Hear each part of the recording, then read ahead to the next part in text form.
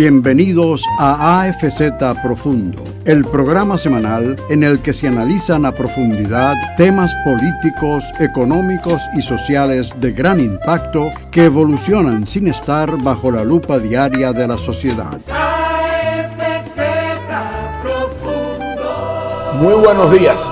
De nuevo es domingo y como es costumbre en sus hogares, AFZ Profundo, con la presencia de uno de nuestros habituales y coproductores de nuestro programa, el mayor general José Miguel Soto Jiménez, experto en la materia y en los temas de seguridad. Hoy vamos a abordar con él el tema del derecho humanitario en la guerra, algo que mucha gente desconoce, pero hasta en la guerra hay normas, hay derechos y hay límites para la actuación de las partes en guerras, sean guerras convencionales o no convencionales, simétricas o asimétricas. Y en este caso particular, también vamos a contar con la presencia de don Hugo Giuliani Curi. Vamos a hacer una breve pausa para cumplir con un compromiso comercial y vamos a entrar de inmediato con el mayor general Soto Jiménez. AFZ Profundo.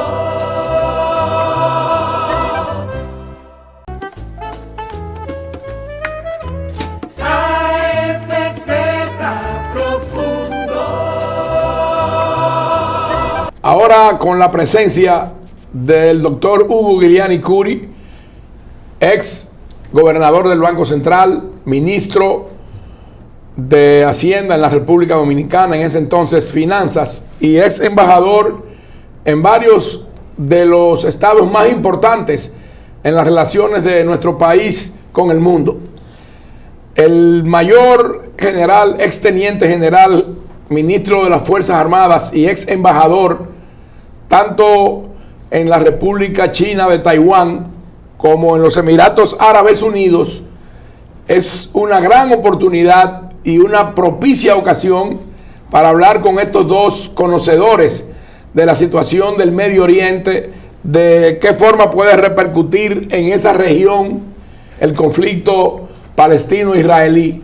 Pero antes que nada, dada la situación que hay con el conflicto Rusia-Ucrania, Palestina e Israel, nosotros queremos escuchar de un experto en la materia, egresado de una universidad italiana, en el tema de el derecho humanitario y en las situaciones de estados de guerra, con el mayor general José Miguel Soto Jiménez. Adelante, comandante. Bueno, en primer término, yo quiero que sean mis primeras palabras para mostrar la recurrencia de mi satisfacción de estar en este espacio que, por tu gentileza, tú me llamas no solamente habitual, sino también coproductor. Un honor para mí. Dejado eso así, entonces enviar como siempre un saludo muy dominicanista a toda la audiencia de este programa y un saludo también muy pueblista y, por qué no decirlo también, muy leonelista. En este caso, fíjate, yo creo que y este espacio fue pionero analizando el problema con cartografía y todo, palestino-israelita. Y se ha analizado de muchas maneras.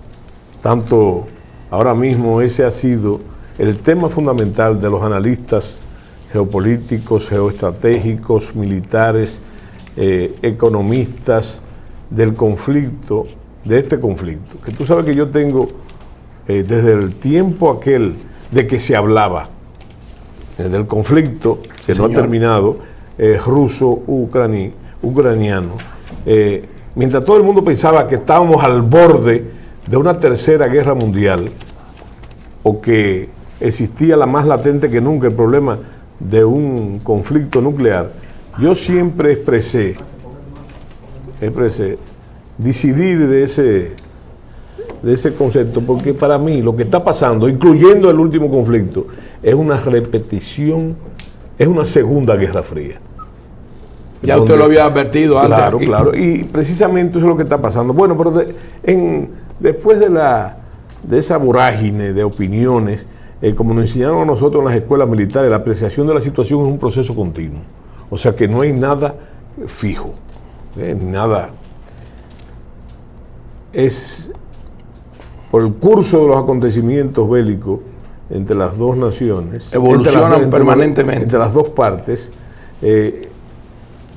Yo quería introducir un concepto nuevo que está muy de moda y que ahora mismo es el vórtice, vuelvo y repito, de la opinión pública mundial con respecto a los dos. Y es el asunto de derecho humanitario de guerra. El beneficio y el privilegio de, siendo coronel, ir a estudiar a San Remo, Italia. Escúcheme que lo interrumpa. Sí. Es un tema desconocido para la inmensa mayoría de la gente. Sí, es bueno que usted lo explique. Pero sumamente importante. Y déjame decirte, y hay que meter entonces mi anuncio, como yo digo.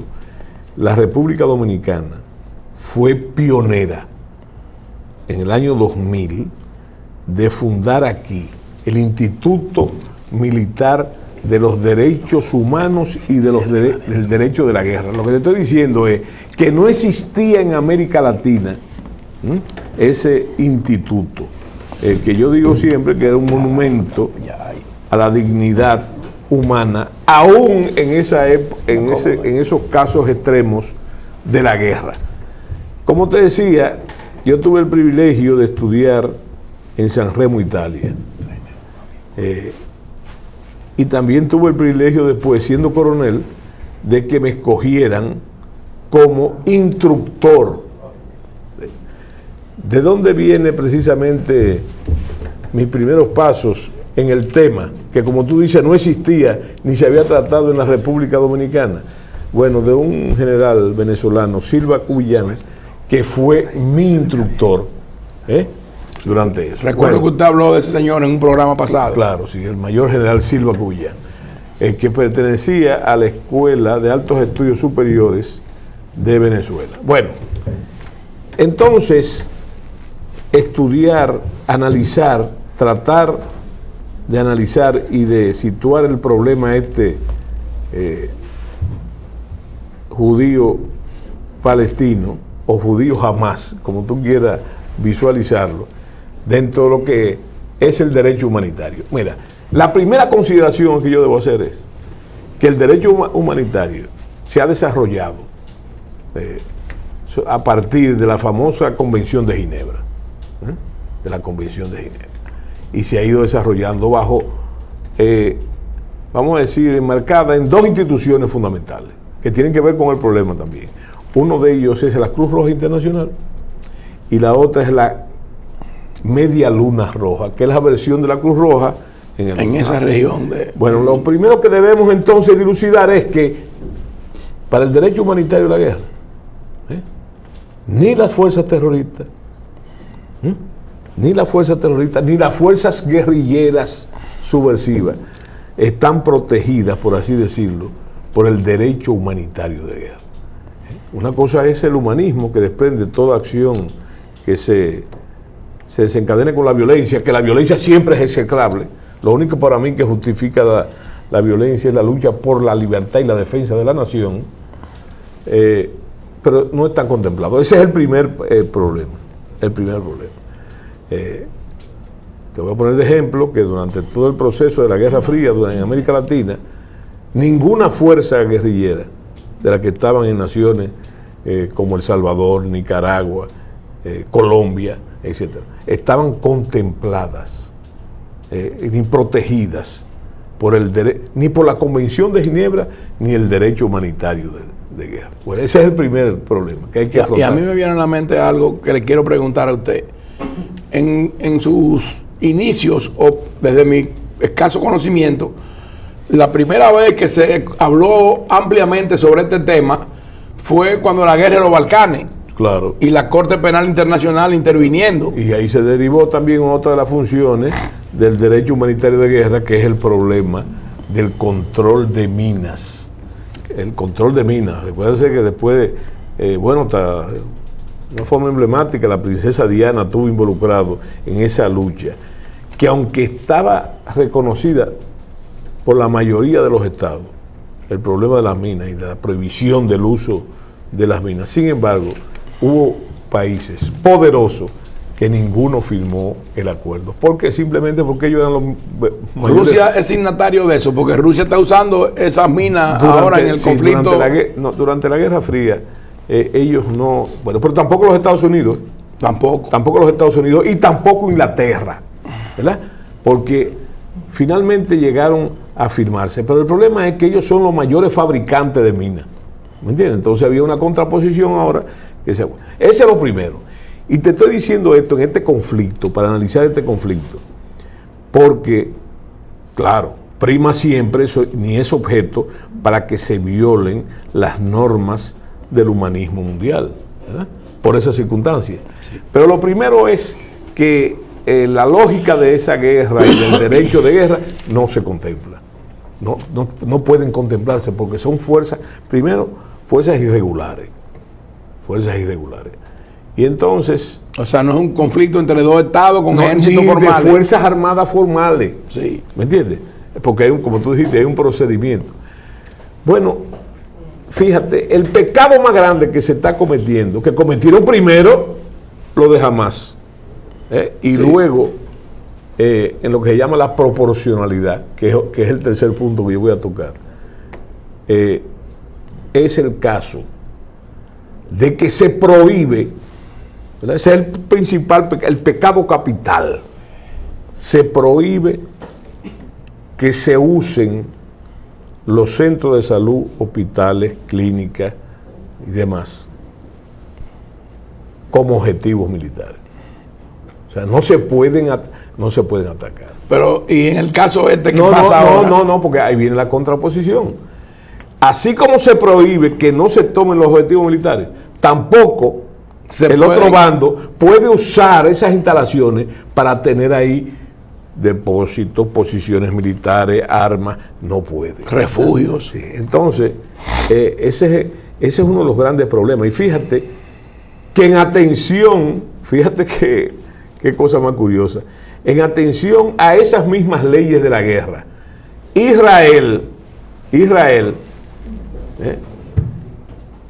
anuncia primero, lo que lesiona un principio de la guerra, que era sorpresa, anuncia primero que se va a bombardear un objetivo para que sea desalojado a la población civil.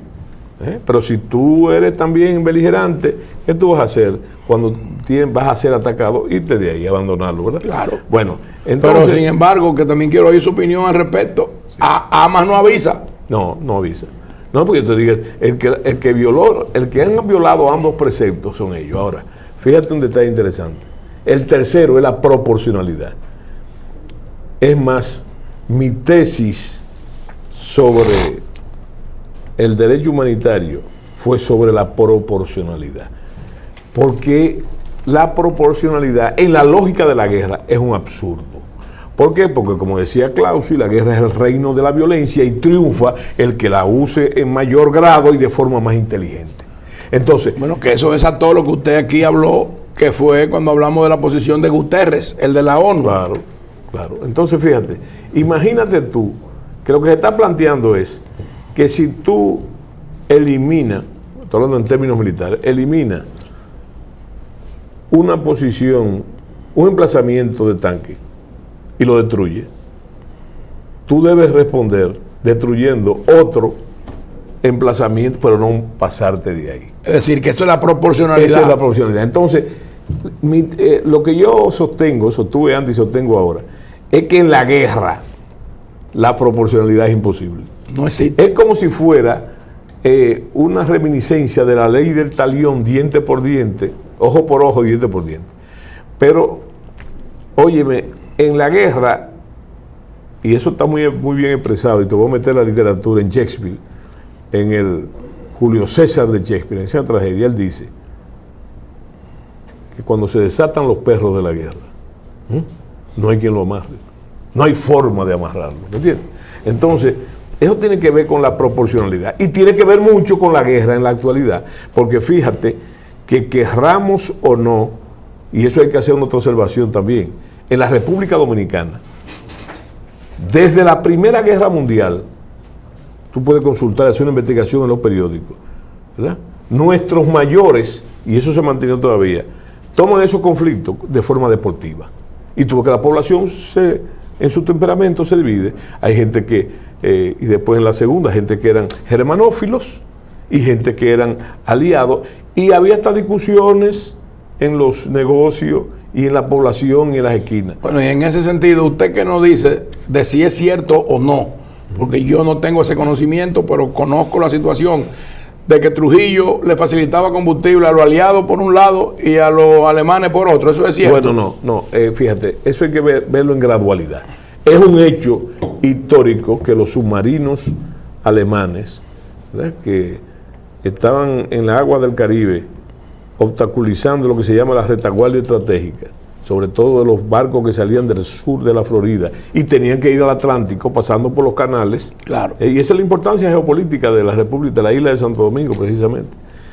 Bueno, y entonces, antes de que el conflicto se tornara como después se tornó, entonces, con consentimiento o no, y aquí no pasaba nada si fuera del consentimiento de Trujillo, entonces había, no de forma oficial, se abastecían esos submarinos. Inclusive hay todo un estudio de cómo un famoso médico de origen alemán en San Pedro era el contacto para hacer esas causas. Y la población, en la tradición oral, en la población de San Pedro se hablan de esos nombres raros que eran los capitanes, y también usaban para desahogo los puertos del este, voy a llamar, el puerto de San Pedro. Bueno, pero Trujillo, después, cuando se dio cuenta del curso de la guerra, y déjame decirte que él fue víctima hasta de una amenaza de Mussolini, fue víctima de una amenaza. Hay una famosa anécdota, yo no sé si tú recuerdas, hubo dos miembros de dos familias muy prominentes de la República Dominicana que por un desacuerdo le pelaron la cabeza, le afeitaron la ceja y fueron paseados por el conde. Fue hasta la fortaleza Osama. ¿Pero qué pasó? Usted está hablando del caso del señor Barletta. Señor Barletta, y también había problemas con los Vicini, ¿verdad? Unos problemas que se mejoraron después de la guerra, gracias a una habilidad también de Trujillo muy importante. ¿Tú sabes lo que pasó? Que Mussolini, fíjate el antes y después, Mussolini amenazó con mandar la flota por la agresión a esos dos ciudadanos italianos. Entonces el canciller era don Arturo Logroño.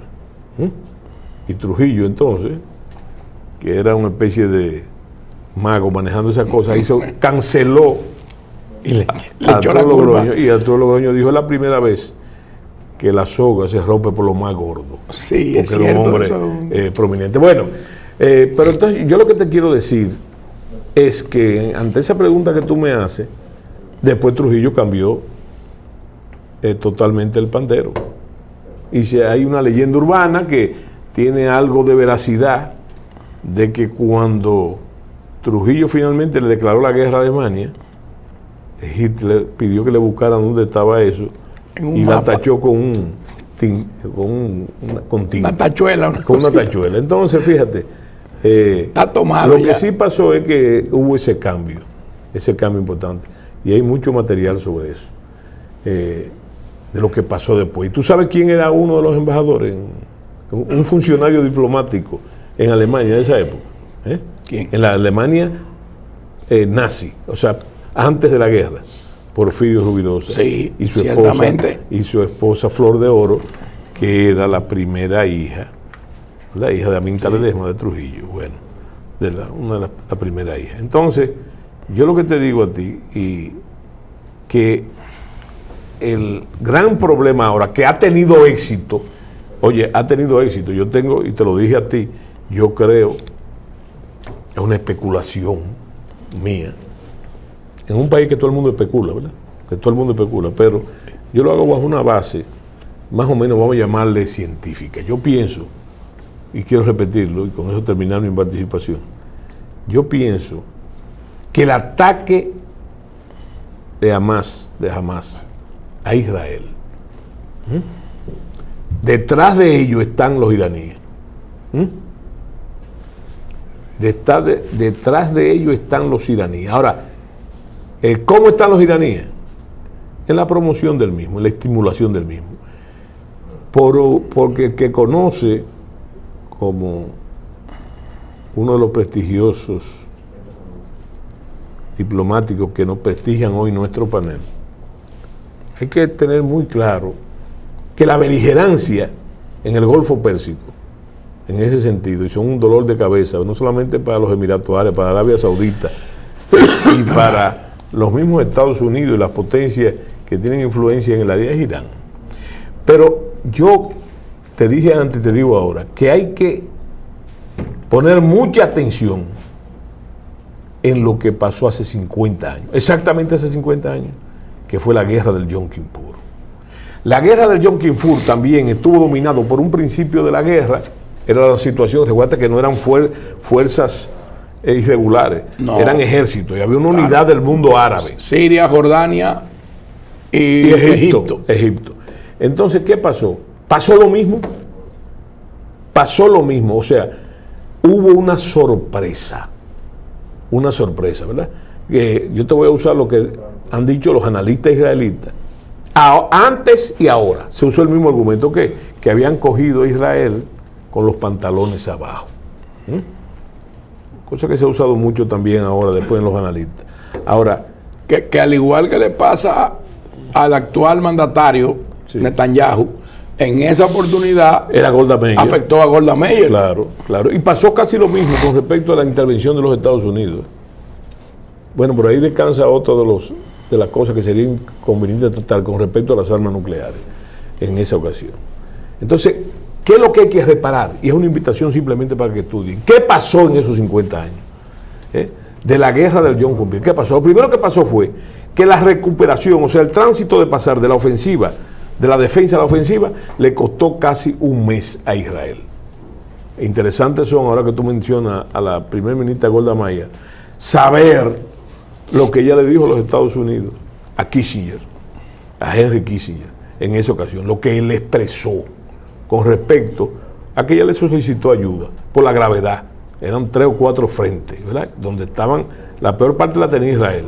Y entonces él le dijo que eso había que llevarlo al Congreso, que iba a hablar con el presidente para llevarlo al Congreso, la ayuda. Claro. Y ella le dijo simplemente, bueno, si usted lo lleva al Congreso, entonces usted no va a tener con quién conversar la próxima vez. Un interlocutor. Eso da una imagen de la gravedad. Ahora bien, yo lo que quiero que se repare en qué pasó en esos 50 años. Son 50 años, ¿verdad? Pasó el acuerdo de paz permanente con Egipto, ¿verdad? Hubo también un entendimiento con Jordania. Para no seguir haciendo ese prontuario, te voy a decir que se hizo relaciones últimamente, se estaba haciendo relaciones, o se hicieron relaciones con Emiratos Árabes, y se hicieron, se estaban haciendo... Y hubo una reunión de Yasser Arafat con el primer ministro, bueno, eso fue a raíz, israelí. Eso fue a raíz, claro, y en el programa pasado hablamos también, no solamente de la Franja de Gaza, sino también del territorio en Cisjordania, sí, donde hay otro grupo terrorista, ¿verdad?, que es Hezbollah. Y el otro acontecimiento fue la guerra del Líbano. La guerra del Líbano, que tú sabes que de dichas operaciones la dirigió Ariel Sharon.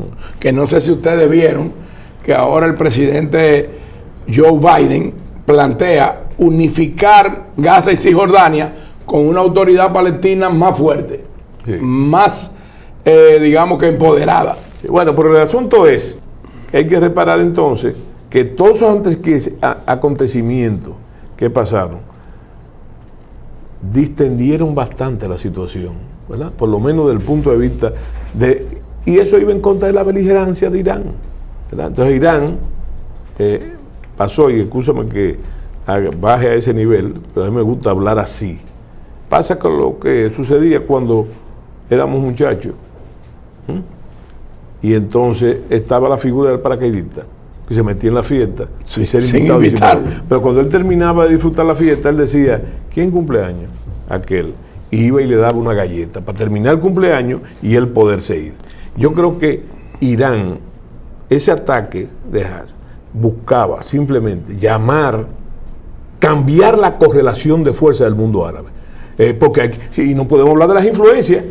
Fíjate la beligerancia de Israel en el problema de ISIS. No, y echarle una pata de jabón a la posibilidad de un entendimiento entre Arabia Saudita y Israel. Y que yo creo que por el asunto de la proporcionalidad, porque además lo anunció el gobierno israelita, que él iba a acabar con Hamas, no importa la cosa. Y ejemplos hay.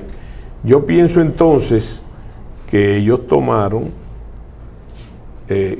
impulsaron eso con relativo éxito, si se puede llamar éxito a lo macabro del genocidio y la matanza. Bueno, entonces, yo digo que con relativo éxito en cuanto a la opinión pública mundial, porque hay que oír cómo ha ido cambiando la balanza, ¿verdad? De acuerdo a lo que se llama esa falta de proporcionalidad, para citar el derecho de la guerra, del ataque de Israel, que nunca estuvo escondido y todo el mundo sabemos cuál iba a ser el resultado. En esa tesitura, entonces, fíjate, creo que hay una buena noticia en la prensa, y es que creo que ayer se están negociando ya negociaron ya los rehenes. Hamas ha dicho ayer, sí, y está hoy en los medios internacionales, que hay una muy buena posibilidad de llegar a un acuerdo. Sí, de cese al fuego. Entonces eso da una brisna de luz, porque fíjate un detalle, el problema de Israel, que es un punto de supervivencia frente a la situación de unidad del mundo árabe, ¿verdad? Entonces, hay que verla. Ya no sé si ustedes recuerdan, en la guerra, en el bombardeo que estaba haciendo Irak a Israel con los Scud. Los Scud son unos misiles rusos, soviéticos, de origen soviético, de la era soviética. Son un gran problema para la disuasión. ¿Por qué? Porque usan cabezas nucleares, pueden usar cabezas nucleares y cabezas convencionales. Entonces, empezaron a bombardear a Israel con los Scud. Israel hizo, yo creo que fue la primera vez que se habló públicamente de eso. Dijo, bueno, la próxima vez que nos bombardeen con Scud, nosotros no vamos a esperar que caiga uno para averiguar si es convencional o nuclear. Nosotros vamos a atacar con lo más fuerte de nuestro arsenal. Con todo lo que tenemos. Ahí se especuló, pero ahora ya es un hecho, porque es un organismo que se acaba de eso, que Israel tiene 200 cabezas nucleares. Y ahí se origina el escudo de hierro. Exacto, el escudo de hierro. ¿Por qué? Porque los Estados Unidos, ¿verdad? Entonces, ante esa amenaza, lo que hicieron fue que le mandaron los Patriots y construyeron ese famoso escudo de hierro. Vamos a ir a una breve pausa y al regresar vamos a tener la intervención de don Hugo Giuliani Curi, ex embajador dominicano en el Reino Unido, ex embajador dominicano en Qatar, concurrente ante varios otros estados de Oriente Medio, ex embajador dominicano, si no me equivoco, usted me corrige, don Hugo, en el Reino de España. No, en Estados Unidos. En Estados Unidos, perdón. Y también gobernador de nuestro Banco Central y del Ministerio en esa oportunidad de Finanzas, ¿no? Sí, que es Hacienda hoy. Ahora es Hacienda. Regresamos en breve en AFZ Profundo con este interesante programa, con dos figuras trascendentes de la vida nacional, conocedores de la historia y que han vivido como protagonistas principales de este país en esa región.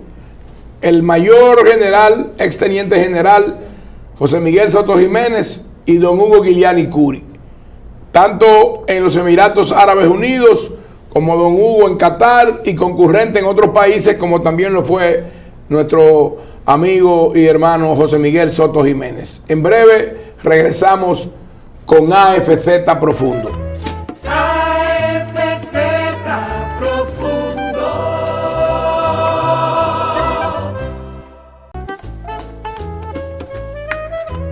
AFZ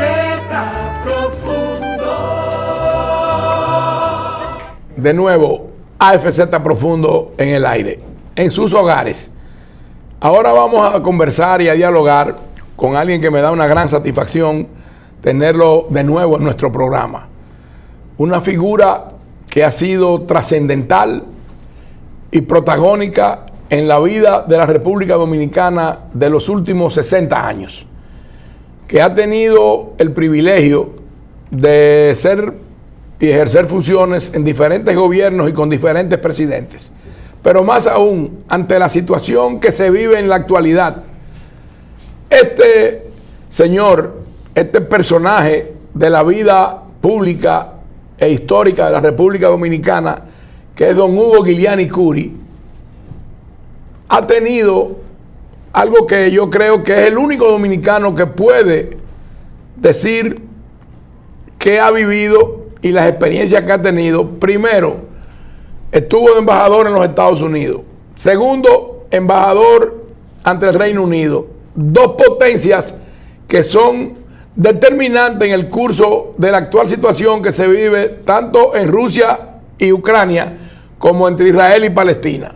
Pero aparte de eso, estuvo como embajador dominicano titular en la República de los Emiratos Árabes Unidos.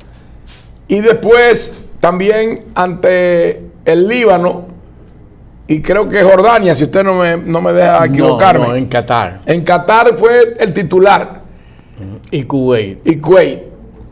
O sea que estuvo en el epicentro del Medio Oriente y de la región donde hoy se vive la situación más convulsa de todo el globo terráqueo, porque la repercusión de este conflicto traspasa por mucho la repercusión que tiene el conflicto Rusia e Ucrania, que aun cuando involucra al continente europeo, a la Unión Europea y a la OTAN, al igual que a los Estados Unidos y al Reino Unido, pero no tiene la potencialidad de generar un conflicto que pudiese desembocar en una tercera guerra mundial, como es el caso de la situación en el Medio Oriente. Si llegara esta situación a desarrollarse, a fluir y a culminar en un conflicto de carácter nuclear, inmediatamente se generaría la tercera guerra mundial. Es mi punto de vista, es mi opinión. Vamos a escuchar cuál es la de don Hugo. También nosotros queremos pedirle que como experto, como economista, nos haga un enfoque de la repercusión que tiene todas estas situaciones, incluyendo la de Haití y República Dominicana, en términos de la economía regional y la economía mundial. ¿Cómo esto se puede reflejar? Aquí, en este mapa que tengo aquí detrás, por favor, hágame un enfoque del mapa.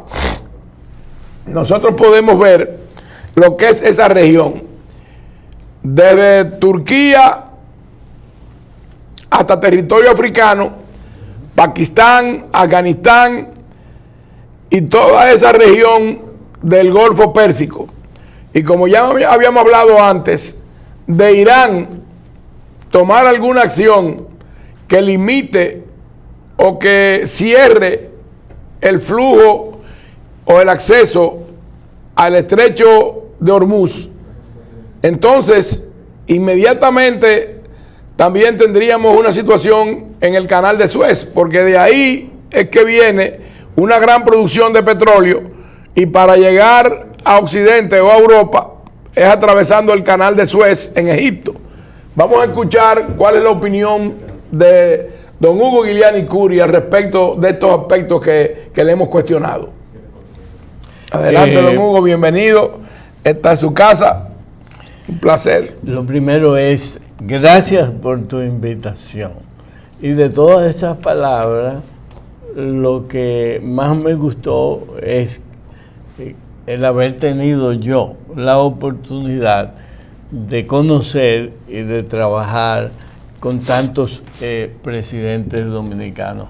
Desde Trujillo, que lo conocí como niño, ya que mi padre era un alto funcionario del régimen, de ahí en adelante pues pude trabajar en todo ese proceso después de la caída del régimen, con el triunvirato, con el Consejo de Estado, con García Godoy, con el doctor Joaquín Balaguer. Mi líder histórico. Su líder histórico.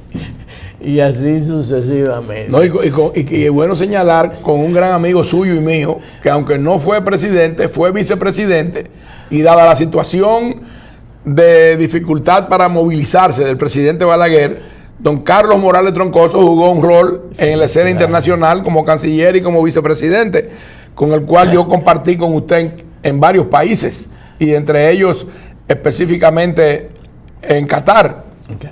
Bueno, pero para entrar en materia, para una persona como yo, que vivió tantos años en esa región que tú acabas de describir, yo tengo que decir que las diferencias al final de la historia no son tan grandes. Yo conozco prácticamente toda la región e incluso estuve en 2 o 3 ocasiones en Irán, en conferencias de carácter internacional. Y en Arabia Saudita también usted también estuve, sí.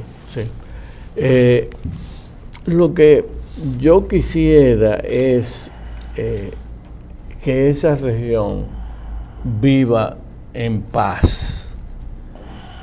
Como dominicano y proveniente de un país pequeño,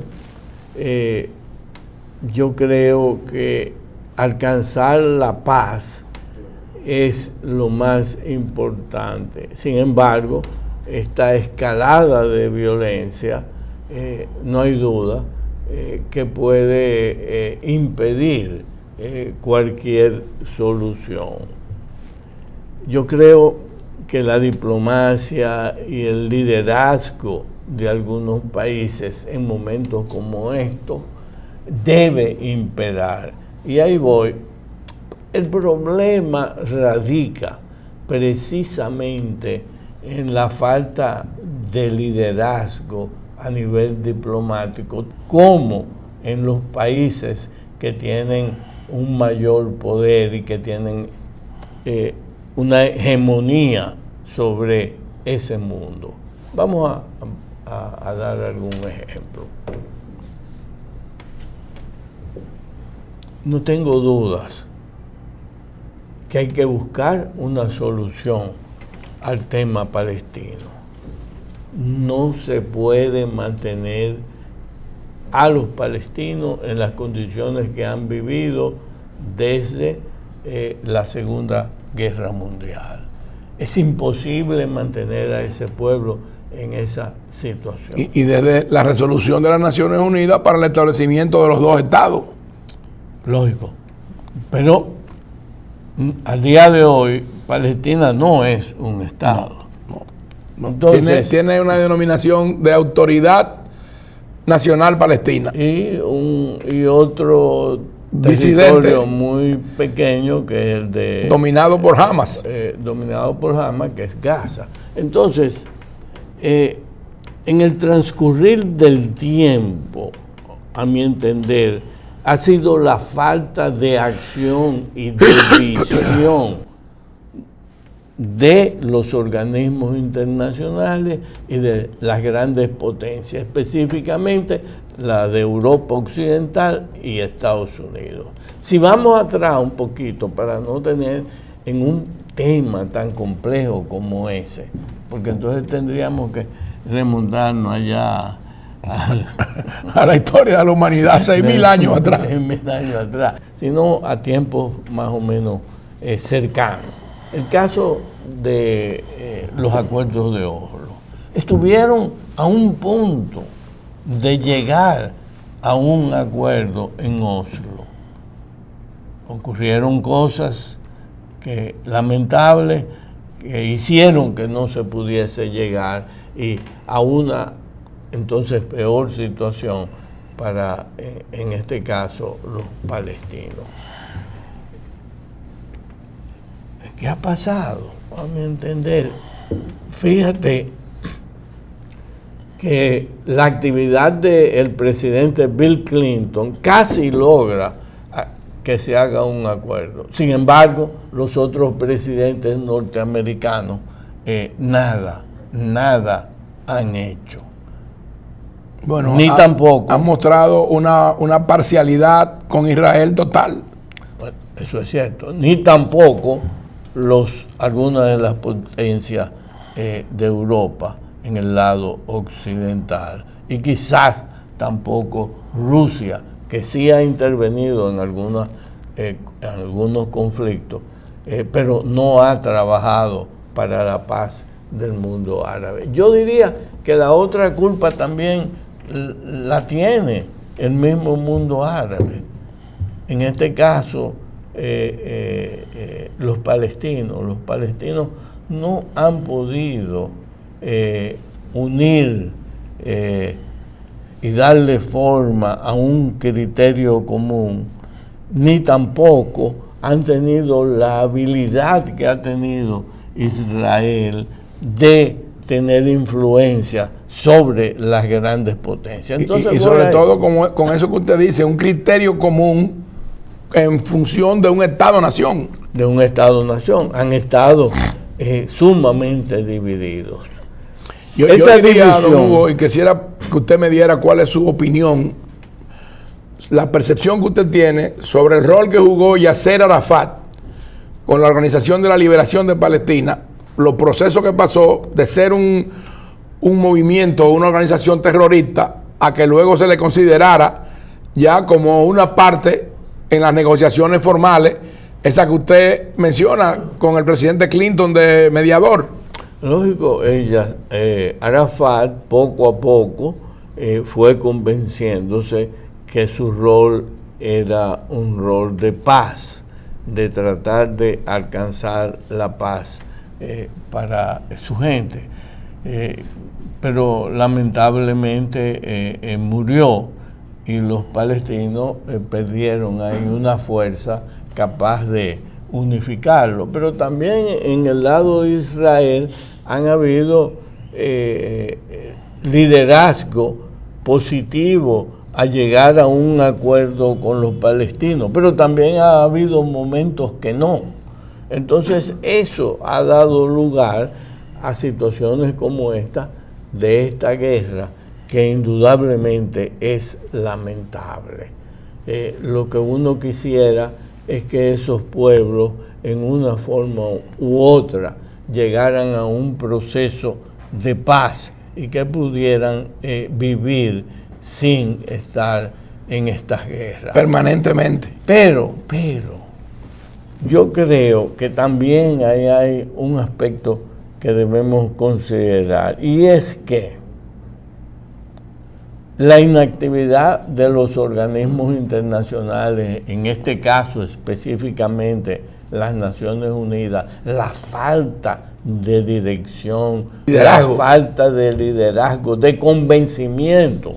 Y aparte de eso, don Hugo, desde mi punto de vista, incluso hasta la torpeza con que se manejan, como es el caso de las declaraciones que dio Guterres al respecto de la desproporcionalidad de la respuesta de Israel, y que entonces provoca que Israel demande la renuncia del secretario general de la ONU. Por eso, el secretario general de la ONU debe ser un ente que armonice, no que divida, pero además, aún cuando no tenga ejércitos, que sí lo tiene, sea el portador, los denominados cacos azules, sí, de las negociaciones que puedan llevar y de las soluciones, porque hay soluciones. Yo creo y estoy seguro, al haber vivido tanto tiempo en esa zona, que si se le busca el territorio, que están ahí precisamente, posiblemente en parte de lo que es Jordania, para que los palestinos hagan o tengan un Estado-nación, no un pedacito por un lado donde está Cisjordania y otro pedacito donde está Gaza.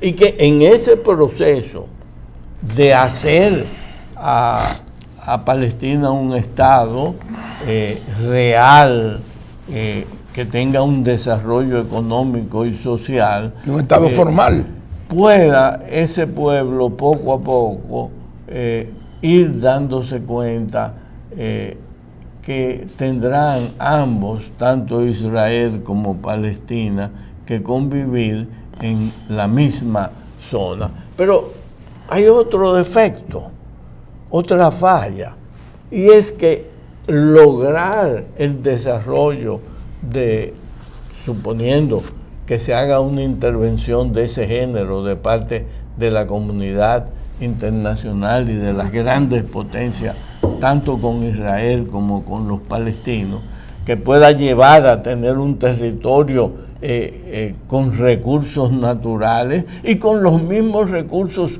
humanos que tiene Palestina, porque los palestinos son sumamente inteligentes y preparados. A propósito de eso que usted está planteando, don Hugo, me gustaría conocer la opinión de usted sobre lo que ha externado en el día de ayer el presidente Biden de los Estados Unidos, que dice que él plantea unificar a Gaza y Cisjordania con una sola autoridad, la Autoridad Nacional Palestina, y fortalecerla. Es que yo no le veo sentido a eso. Cisjordania, enclavado en un territorio un poquito más grande que Gaza, que está en otro lado, sin comunicación, yo no le veo sentido a eso. Los estados tienen que tener un territorio integrado, que tenga posibilidades al mar, que tenga sus propios recursos. Entonces, en el caso árabe, eso no es difícil, porque el mundo árabe tiene tanto dinero que podría, en cuestión de 20 años, de hacer o de lograr un desarrollo para los palestinos. Yo vi... Y yo le pregunto a usted que ha vivido esa zona en persona, intuito persona, ¿qué posibilidad habría, por ejemplo, de que se llegue a un acuerdo, que Israel asuma el territorio de Gaza y que Israel ceda un territorio contiguo a Cisjordania, para que entonces Palestina esté integrado y el otro lado de Gaza pues entonces ya pertenecería a Israel, una cuestión proporcional en territorio? Yo no quiero hacer como hicieron los ingleses, que dibujaron en un mapa y comenzaron a poner nombres, y entonces sí, ese rol ha dado lugar a todos estos problemas, porque eso no se hace así. Entonces prefiero no entrar en ese detalle, pero sí decirte que sea un territorio integrado con recursos naturales suficientes. Pero ¿cómo lo integraríamos? Bueno, porque acuérdense que Gaza está en un punto donde está Gaza, Israel y después Cisjordania. Tú tienes ahí a toda Jordania. Y ellos estarían dispuestos a ceder territorio jordano. Mira, a ver. De hecho, ya una gran mayoría de las personas que viven ahí son palestinas. Entonces, sí, claro, hay muchos campos de refugiados, bueno, con millones de gente. No es mi papel realizar divisiones. Yo lo que creo es que en un territorio determinado, con los recursos del mundo árabe, se pudiera hacer un plan Marshall en poco tiempo, en que los palestinos recobren, tengan un Estado, tengan sus papeles. Los palestinos lo que tienen son pasaportes, no me acuerdo ahora cómo se llama, que nadie se los reconoce. Entonces no, el seguir en guerras como esta es seguir... Hasta cierto punto ellos son como unos parias. Unos parias, seguir creando esas dificultades, quizás odio, grandes diferencias, resentimiento, familias divididas. Entonces, no, eso no es posible. Hay posibilidad, pero se necesita liderazgo. Hoy no hay liderazgo en el mundo, ni en la gran potencia que es Estados Unidos todavía, ni tampoco en lo que fue una potencia que fue el causante de todas estas divisiones al estar dibujando en el mapa a toda esa región. Usted se que refiere fue al Reino Unido. Sí. Entonces, ni tampoco en Naciones Unidas. Hemos tenido secretarios generales en Naciones Unidas, a veces con mucho poder e influencia en el mundo. Aparentemente, este no es el caso. No es el caso en Estados Unidos y no es el caso en el Reino Unido. El mundo... Ni tampoco en Rusia. Ni tampoco. Por eso, entonces, el mundo ha tenido carencia de líderes que se sienten a buscar una solución y sentar a los árabes, que son extraordinariamente ricos, porque Kuwait es rico, Qatar es rico, Bahrein es rico, Omán. Arabia Saudita ni se diga. Entonces, no, Omán es un poquito todavía. Pero los tiene Emiratos, petróleo, Omán. También. Entonces, buscar una solución a esa región con sus recursos, que pongan sus recursos y que se impulse una especie de plan Marshall, un plan de 20 años para desarrollar. Recuerde, don Hugo, que ahí no solamente en esa región tenemos el conflicto israelí-palestino, tenemos una Siria con una guerra civil por ¿cuántos años? Ya. Ese es un caso un poquito diferente, porque tampoco se puede pensar Es sui generis. que en el mundo árabe tú vas a establecer democracia. Eso no es así. El mundo árabe tiene que manejarse en otra forma. Quizás en el mundo árabe el autoritarismo es necesario. Entonces, en el caso de Siria, trataron de eliminar A Bashar al-Assad. No, eso no es así. Pero fíjese cómo en Egipto, producto de unas elecciones, ganan los hermanos musulmanes y al poco tiempo son derrocados y hay, como usted dice, un liderazgo autoritario con el almirante al-Sisi. O sea que... Pero miren Turquía, sí, que ha logrado con Recep Tayyip Erdogan tener ese crecimiento, orden, institucionalidad. Y es más, el más difícil, que es en Irán.